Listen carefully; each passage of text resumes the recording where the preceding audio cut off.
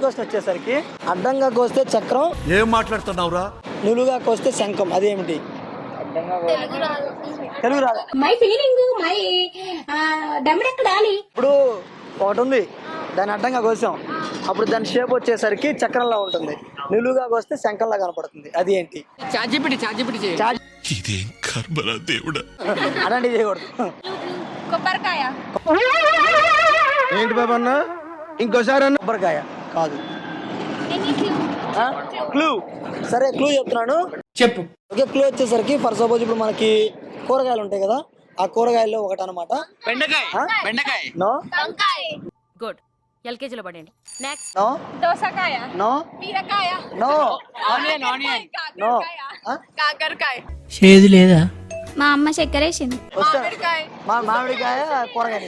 అరే ఏం మాట్లాడుతున్నావురా నువ్వు, నీకేమన్నా బుర్ర ఉన్నదారా? ఉల్లిగడ్డ. నో. ఎల్లిపాయ. నో. అల్లం వెల్లిగడ్డ 100 రూపాయలకి 3 కిలోలు. క్లూ కాదు, దగ్గర క్లూ చెప్తాను. ఇప్పుడు మీరు చాలా చెప్పారు, అందులో ఉంది. ఎక్కిందా చెప్పావు అసలు?